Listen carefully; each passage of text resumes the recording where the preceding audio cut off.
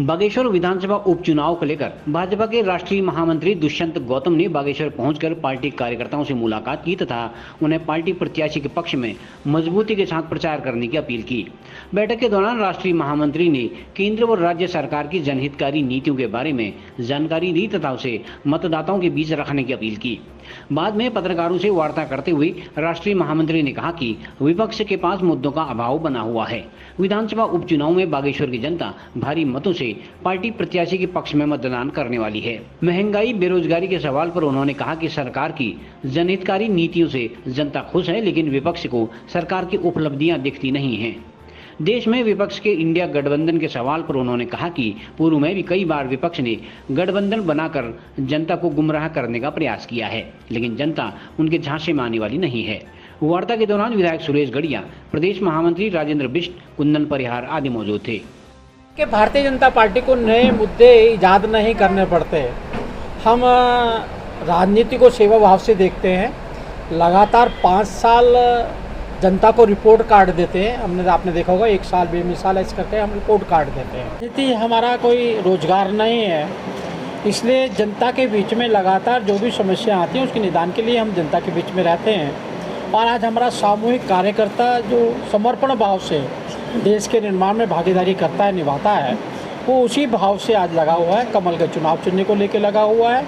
जन जन तक, घर घर तक जाने वाला है और घर में बैठकर उनसे बात करने वाला है कि हमने आपका उस काल के अंदर, कोरोना काल के अंदर, जब आपदा के अंदर आप थे, परेशान थे, जब पूरा विश्व 2000 से लेकर 5000 तक की वैक्सीन दे रहा था, विपक्ष गुमराह करने का काम कर रहा था, उस समय हमने फ्री 1 नहीं 2-2 वैक्सीन देने का काम किया है।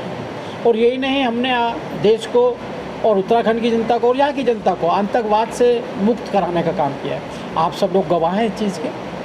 2014 से पहले आप देखेंगे, बस स्टैंड पर देखेंगे, बस स्टैंड के बस के पीछे सीट पर देखेंगे, रेलवे स्टेशन पर देखेंगे, मार्केट में देखेंगे, गुरुद्वारे में, मंदिर में, सभी जगह एक बोर्ड लगा होता था, देख रहे कृपया करके आपत्तिजनक चीज़ बम हो सकती है।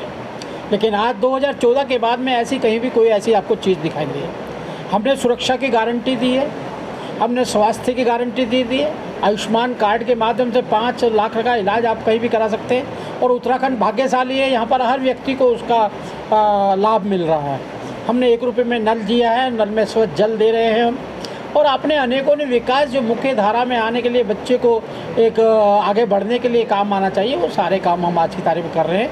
इसलिए हमें विशेष कुछ करने की आवश्यकता नहीं पड़ती। जब हम लोगों के बीच में जाते हैं, लोग खुद ही कहते हैं भाई साहब बहुत बहुत धन्यवाद, ये गैस जल रही है, आपके माध्यम जल रही है, वरना तो लक्कड़ काटते काटते, धुआं पीते पीते हम कांग्रेस के शासन में मौत को स्वीकार कर लेते थे।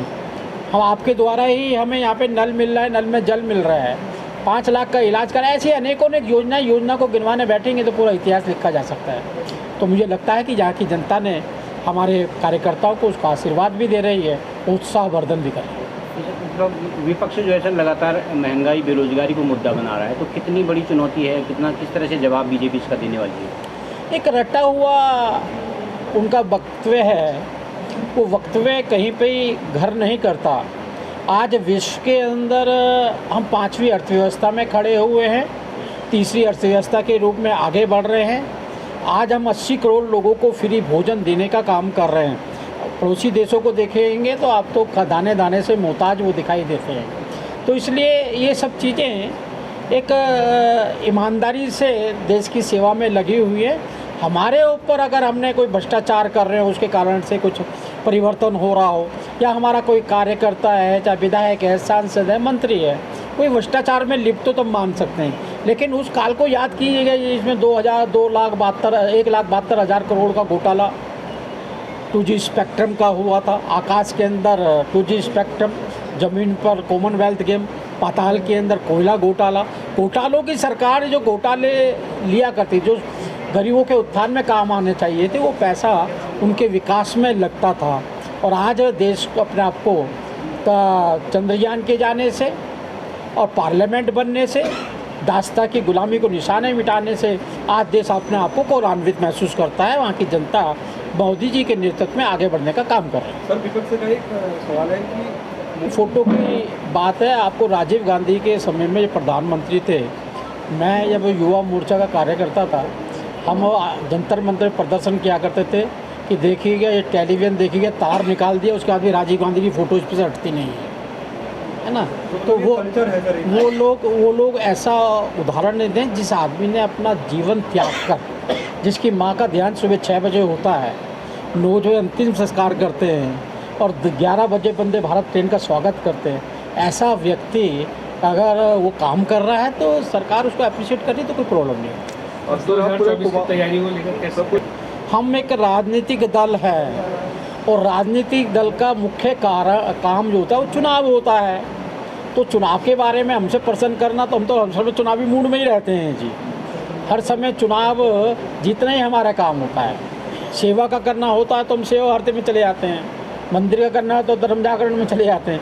लेकिन जब राजनीति में काम करते हैं तो हम चुनाव का ही काम करते हैं, 2024 ही नहीं, उसके बाद 2029 की तैयारी भी करके हम रखते हैं। कांग्रेस प्रदेश अध्यक्ष करण मेहरा का मानना है कि भाजपा यहाँ डरी हुई है। देखिए कि विचारधारा मिलने की बात नहीं है, लोगों की आस्था मोदी जी के प्रति बढ़ रही है।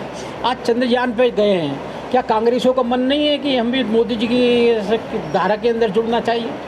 क्या उनका मन नहीं है? आज महिलाओं को सम्मान मिल रहा है। आज पहली बार आपने 9 जो इस अभियान के अंदर जुड़ी 9 महिलाएं हैं सब, और वो महिला के अंदर देखेगा आप उनका कल्चर देखे, संस्कृति को किस प्रकार से आदान प्रदान कर रही हैं। गले के अंदर मंगलसूत्र है, टीका है, सिंदूर है, उसके बाद देश की तरक्की के लिए काम कर रही हैं। आज विश्व के अंदर सबसे ज़्यादा पायलट अगर महिला है तो हिंदुस्तान की हैं।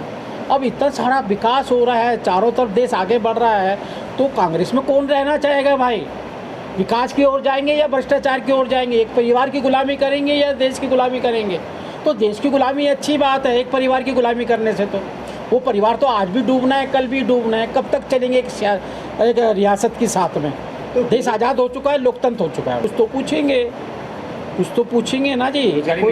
ने राजनीतिक खेल खिलौने के लिए अच्छी बात है ये, लेकिन बेरोजगारी जैसे जीवन बढ़ता रहेगा, बच्चे की जनसंख्या भी जब मोदी जी बोलते 1,30,00,000 करोड़, आज 1,40,00,000 करोड़ बोलते, तो ये जनसंख्या भी बढ़ती है। ये सब चीज़ें घटनाक्रम चलने वाली चीज़ है, ये राजनीति करने के लिए नहीं, घिनौना तरीके अपना के काम। सर क्या भाजपा सरकार जो भी देश के हित में होगा सारे सख्त से सख्त कानून लाए जाएंगे, किसी के भी तुष्टीकरण नहीं होगा। हमने कहा है तुष्टीकरण मुक्त, परिवार मुक्त, भ्रष्टाचार मुक्त, इसमें कोई भी आड़े आता होगा देश के प्रधानमंत्री झुकने वाले नहीं।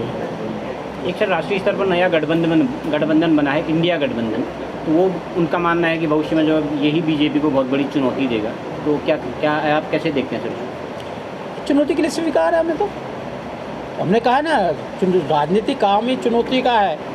अब दे तो सही चुनौती, हम तो उतने मंच के और खड़े हो के वो आगे निकलने का काम करते हैं। मोदी जी तो कहते हैं जितने पत्थर मारते हैं उनसे मैं सीढ़ी बना लेता हूँ, उसी सीढ़ी से ऊपर चढ़ जाता हूँ। तो चुनौती काहे की देंगे, क्या देंगे? वो चुनौती हमारे को दे नहीं दे रहे, वो अपने आप को भ्रष्टाचार के आरोपों से कैसे बच के निकलें, ये उनके सामने कुछ चुनौती है। हर आदमी भ्रष्टाचार में इतना लिप्त है कि वो निकल ही नहीं सकता उससे, वो उनके लिए चुनौती है, हमारे लिए कोई चुनौती नहीं। 2024 में फर्क पड़ेगा इनके गठबंधन से? ऐसे गठबंधन हमने 2014 में भी देखे, 2019 में भी देखे, हर विधानसभा चुनाव के पहले भी देखते हैं। और कौन से गठबंधन की बात करते हैं? पहले गठबंधन के अंदर केजरीवाल जी प्रेस से भाग गए थे, दूसरे में नीतीश कुमार जी प्रेस से भाग गए थे। अभी ये होने वाली बैठक है, पत्नी को आधे रहेंगे भी नहीं रहेंगे, कहाँ रहेंगे कहाँ नहीं रहेंगे, तो ये ठगबंधन है।